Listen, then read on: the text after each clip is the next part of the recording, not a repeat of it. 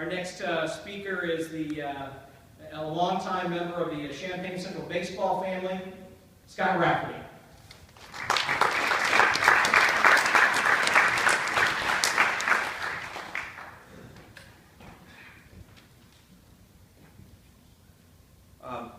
The video was great. I especially like the picture of Fred with the long hair and the sideburns. I've read your bio a number of times, Fred. I guess I missed the part where you toured with the Grateful Dead. But like everyone else, I want to say that it really is a genuine privilege to be with all of you today as we honor Fred, and how fitting that we are paying tribute to a man who really has spent a career writing about and paying tribute to others. And like everyone else that has said this, I have to admit, when I was first asked about roasting Fred, I said, well, I don't know if I can do that because he happens to be the nicest human being that I know. And in fact, when I called Mike Babcock, who was a local sports writer who's now at the University of Nebraska, to tell him about Fred's retirement, the very first words out of his mouth were, wow, Fred Kroner, what a great guy. So Mike sends his regards. I really came to know Fred during my days playing baseball for Gifford Flatville in the EI League. And we had a very good team, but the funny thing was that while my teams were very skilled, we had a kid from the University of Mississippi, a kid from New Mexico State, and on and on and on, they were extremely quiet. In fact, one of our outfielders' nickname was Harpo. And I was the only one that was not quiet on the team, so it really was a perfect match. I like to talk, and Fred liked to listen and to write, and so we did that over a number of years. And this did cause a bit of animosity among my teammates, and they chided me relentlessly for always being in the newspaper. They never caught on that if you talk to Fred, you might actually get in there yourself. In fact, 30 years later, the teasing continues whenever I see my former teammates on my visits back to Champaign. They just can't help themselves. They'll say, does Fred know you're in town? Should we expect to see your name in the paper tomorrow? And you haven't touched a bat in 25 years and you're still getting publicity. So Fred, if you want to make a bunch of Gifford Flatville former players absolutely apoplectic, if you could just work my name into an article between now and August 9th, it'll just be awesome. At the time I played in the EI League, it was really flourishing, and I think Fred had a lot to do with its popularity. He immersed himself into the league. He not only covered the games, but he wrote about its players and its history. He picked all-star teams and even an all-decade team. His coverage of the league made it more interesting and exciting for the players and fans alike. And Fred didn't just write on Monday about the Sunday games. He wrote articles all throughout the week. He did profiles. He stoked rivalries. He wrote about players as people, not as just players. And fans, parents, players, coaches all read Fred's EI columns. I can remember my father racing in the door after work and grabbing the News Gazette sports section just to see what Fred wrote. And Fred, he was a big fan.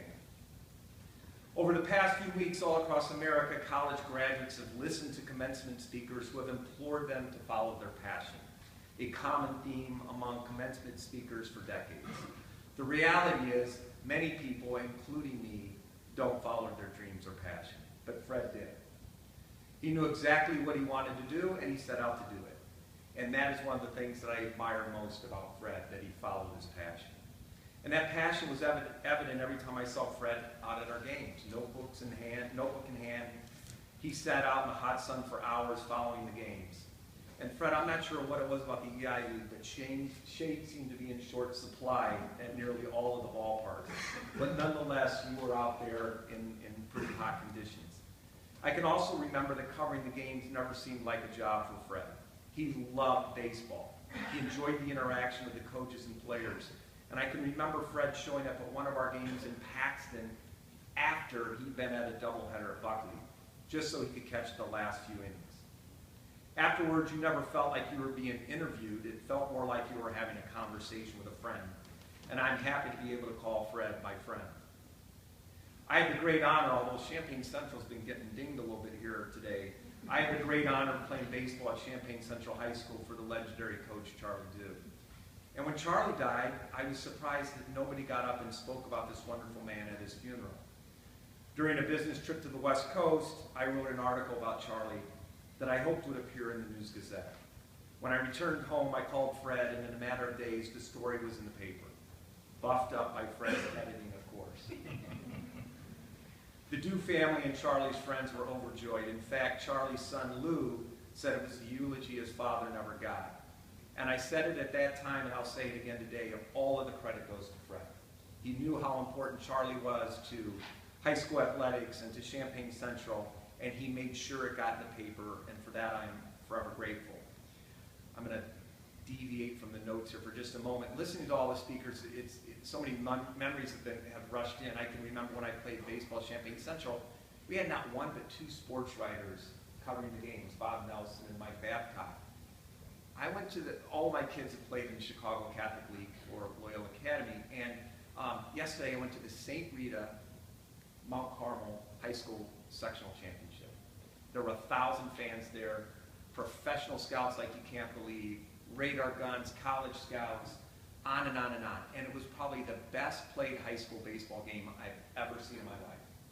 And Mount Carmel won a thrilling game 5-4. So today, I open up the Chicago Tribune. There's not a box, there's no article, there's not a box score, there's not a line score. On page 15 of Chicago Tribune Sports, there it is. Mount Carmel 5, St. Rita 4. And so I'm jealous, and that's one of the things I miss about high school athletics is the coverage that Fred, you and your colleagues have provided over the years. So Fred, thank you for making sports relevant and interesting, but mostly thank you for making sports what they should be, which is fun. Boxes, drawers, scrapbooks are filled with your articles. Articles that represent an important part of our the lives of the athletes you cover. You memorialize our victories and our defeats, our successes and our failures. For years to come, people will look back on what you wrote. Over time, the clippings may become a bit faded, and in some cases even tear-stained, as the names and the memories come rushing back to the reader. But the stories will remain forever fresh in our minds. To me, Fred, that is your legacy, and what a great legacy it is. So Fred, I'm really happy you followed your passion, and I know everyone else is, and I'm even more delighted to have you as my friend. In closing, I just want to say, well done, Fred. Best wishes to you and your family in the next chapter of your life. And the next time you're in Chicago, let's do what else? Take in a ball game. My cheer.